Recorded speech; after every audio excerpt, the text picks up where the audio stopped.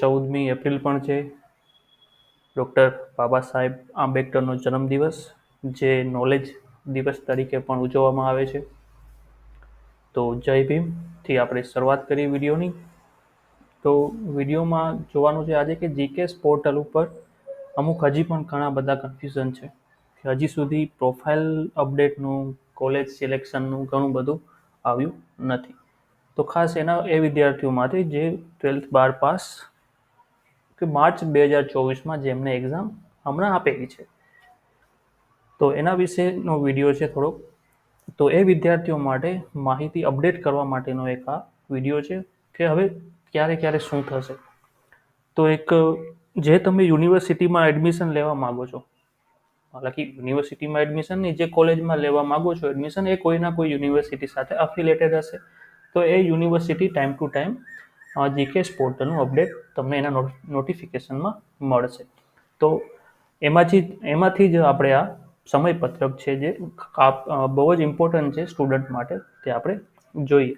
અને જે અમુક પોઈન્ટ છે જે હાઇલાઇટેડ છે એ જ તમને ટુ ધ પોઈન્ટ વાત કરશું, વધારે આપણે એમાં વાત નહીં કરીએ. તો 1/4/2024થી શરૂ થાય છે જીકેએસ પોર્ટલ ઉપર રજિસ્ટ્રેશન શરૂ થાવ.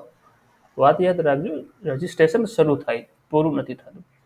મતલબ કે હજી રિઝલ્ટ તો નથી આવે, હજી રિઝલ્ટ એપ્રિલના એન્ડ સુધીમાં આવશે, બટ રજિસ્ટ્રેશન અત્યારથી ચાલુ છે. હા, ચોઇસ ફિલિંગ હજી સુધી નથી આવી, ચોઇસ ફિલિંગ હજી સુધી ચાલુ નથી થઈ, બટ ત્યાં સુધી તમે એમાં રજિસ્ટ્રેશન કરી લો. રજિસ્ટ્રેશન કરવા માટે ઉપર આઈ બટનમાં તમને લિંક જોવા મળશે.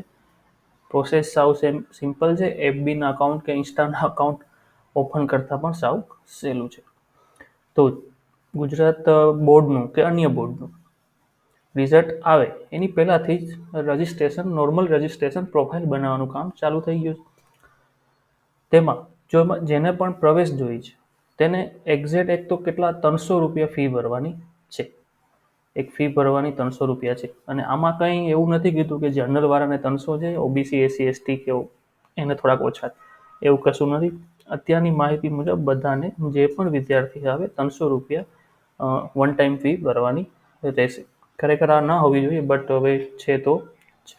પછી તમે અકાઉન્ટ બનાવી લીધું, ચલો કોલેજ પણ ફિલ કરી લીધી, મારે આ કોલેજમાં જવું છે, યુનિવર્સિટી નક્કી કરી લીધી, કોલેજ નક્કી કરી લીધી, બધા ડોક્યુમેન્ટ અપલોડ કરી દીધા. પછી શું?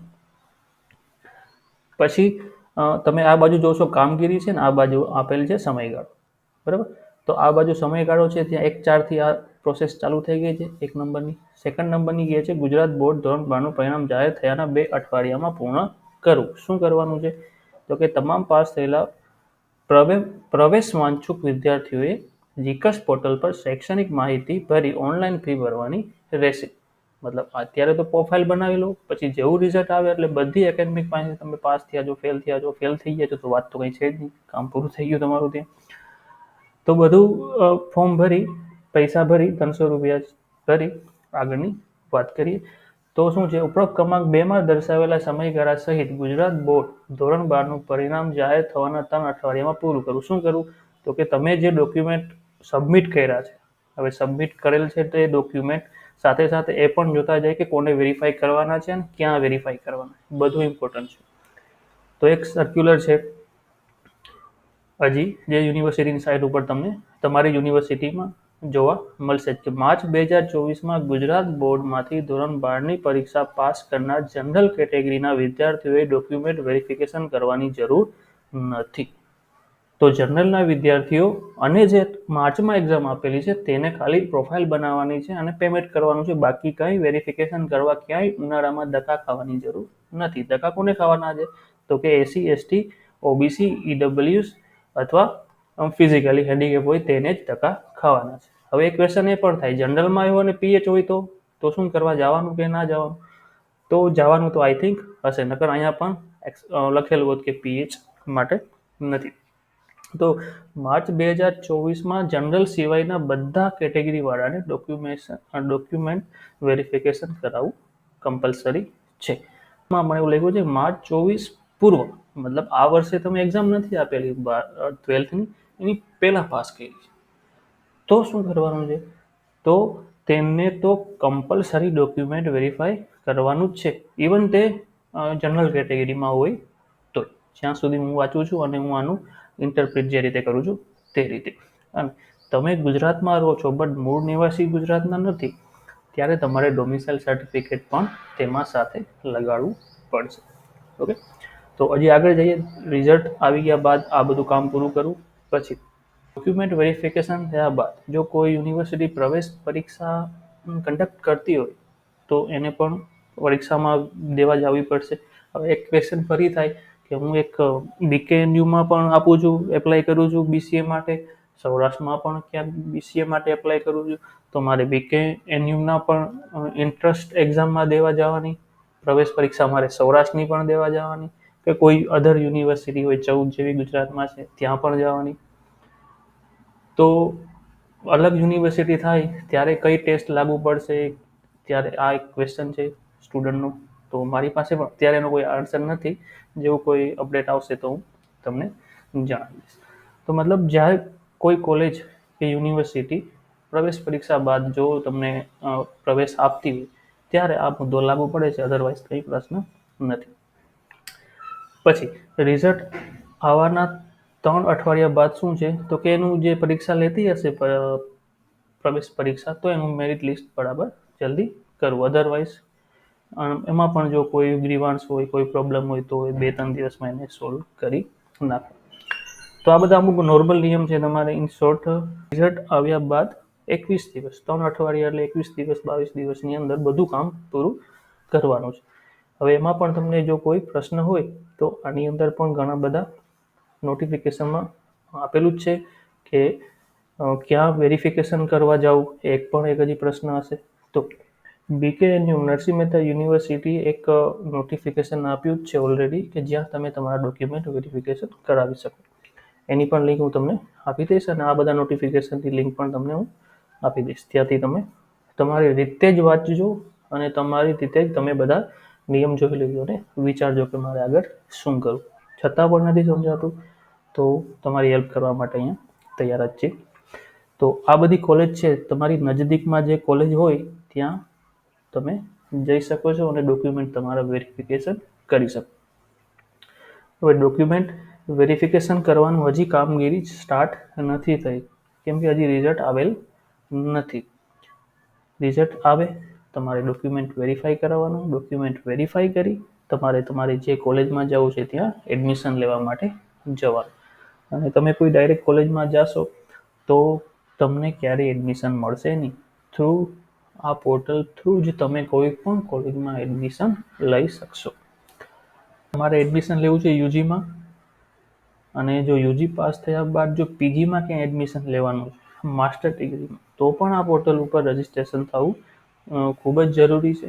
ઇવન તમારે બીએડમાં એડમિશન લેવાનું થાય છે તો પણ તમારે આ પોર્ટલ ઉપર રજિસ્ટ્રેશન કરવું ફરજિયાત છે. ઇન શોર્ટ, એક મેડિકલ લાઇનને છોડી ક્યાંય પણ તમારે એડમિશનની લેવાનું થાય તો તમારે ખરેખર જીસેક પોર્ટલ ઉપર રજિસ્ટ્રેશન કરીને 300 રૂપિયા ફરજિયાત ભરીને જ એડમિશન લેવાની પ્રોસેસ કરવાની. એક રીતે આ પ્રોસેસ તો કંઈક વધારાની જ આવી ગઈ છે. આમાં તો વિદ્યાર્થીઓ હેરાન જ થવાના છે આવી ગરમીના.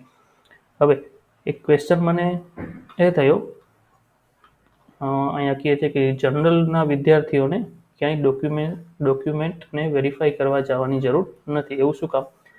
તો જ્યાં સુધી મેં વિચારેલ ત્યાં સુધી, કેમ કે એને કોઈ અધર ડોક્યુમેન્ટ છે નહીં, ઓબીસી એનસીએલની જરૂર નથી અપલોડ કરવાની, કે ઓબીસીનો દાખલાની જરૂર નથી, એનસીએલની જરૂર નથી, એસસી એસટીના દાખલાની જરૂર નથી, પીએચનું એનું સર્ટિફિકેટની જરૂર નથી, જનરલનું કંઈ આવશે નહીં. તો તમે 12થની ઇન્ફોર્મેશન નાખશો તો ત્યારે તમારે નાખવાની ઇન્ફોર્મેશન નથી, તમારે તમારો ખાલી સીટ નંબરને એન્ટર કરો એટલે બાકીની બધી માહિતી ઓટોમેટિક બોર્ડની વેબસાઇટ સાથે એપીઆઈ કનેક્ટેડ છે તેની સાથેથી બધી ઇન્ફોર્મેશન ત્યાં ઓટોમેટિક આવી જશે. તમને તમારું નામ ટાઈપ કરવાની પણ જરૂર નથી. તો એક સારી વાત છે કે તમે તમારો રોલ નંબર નાખી દો 12થનો અને બધું માહિતી આવી જશે. તો મારું એ પણ કહેવું છે કે એમાં સુધારા સાથે એવું પણ ના કરી શકાય કે ઓબીસીનું એનસીએલ સર્ટિફિકેટ છે એનો પણ એક નંબર આવે છે, એ નંબર નાખી દો, ઓબીસીનું ઓટોમેટિક આવી જશે. બધું ડોક્યુમેન્ટ શું કામ અપલોડ કરાવો છો ભાઈ? એસસી એસટીનું જે એક નંબર આવે છે સર્ટિફિકેટ નંબર, ઓબીસીનો જેમ કે એનસીએલનો એક સર્ટિફિકેટ નંબર છે એ નાખી દો, ઓટોમેટિક ખબર પડી જશે કે વેલિડ છે, ઇનવેલિડ છે કે એનું એક્સપાયર થઈ ગયું. દરેકમાં લાગુ પડશે એસસી એસટી ઓબીસી ઈડબ્લ્યુએસ કે પીએચના ભાઈઓ અત્યારે તડકામાં જવું પડશે. અત્યારે જો એનું ડોક્યુમેન્ટ એક્સપાયર થઈ ગયું હશે એસસી એસટી કે ઓબીસીનું કોઈનું, તો એ સર્ટિફિકેટ કઢાવવા જશે ત્યારે અહીંયા લાઈન લાગી હશે. ઓબીસી સર્ટિફિકેટ એનસીએલ સર્ટિફિકેટ કઢાવવું હોય તો ઇન્કમ સર્ટિફિકેટ જોઈએ. ઇન્કમ સર્ટિફિકેટ કઢાવવું હોય તો તમે તમારા બાપાને સાથે લઈ જવા પડે. ઇન્કમ સર્ટિફિકેટ કરવા માટે એની પહેલાંના જે દાખલા જોઈએ છે એના માટે લાઈનમાં ઊભું રહેવું પડશે આવા તડકામાં. તો જે રીતે 12થના રિઝલ્ટના સીટ નંબરને લિંક કરેલ છે એપીઆઈને, એવી રીતના આ બધાને કેમ નથી કરી શકતા? ડિજિટલ પોર્ટલ, ડિજિટલ ગુજરાત પોર્ટલથી કરી લો. કોઈને ક્યાંય ધક્કા ખાવાની જરૂર નથી. 300 રૂપિયામાં તમે એટલી હેલ્પ તો કરી શકો. બાકી શું જોઈએ હવે શું થાય છે. થાય તો સારું, બાકી તો ધક્કા ખાવાના જ છે. આ હેલ્પના નંબર છે તમને ઓલરેડી હું લિંકમાં આપી દઈશ. તો આ એક અપડેટ હતું મારા તરફથી. તમને જો યોગ્ય લાગે તો શેર કરજો. ઓકે, બાકી મળીશું આપણે નેક્સ્ટ વિડીયોમાં. ત્યાં સુધી જય હિન્દ, જય ભારત ને જય ભીમ.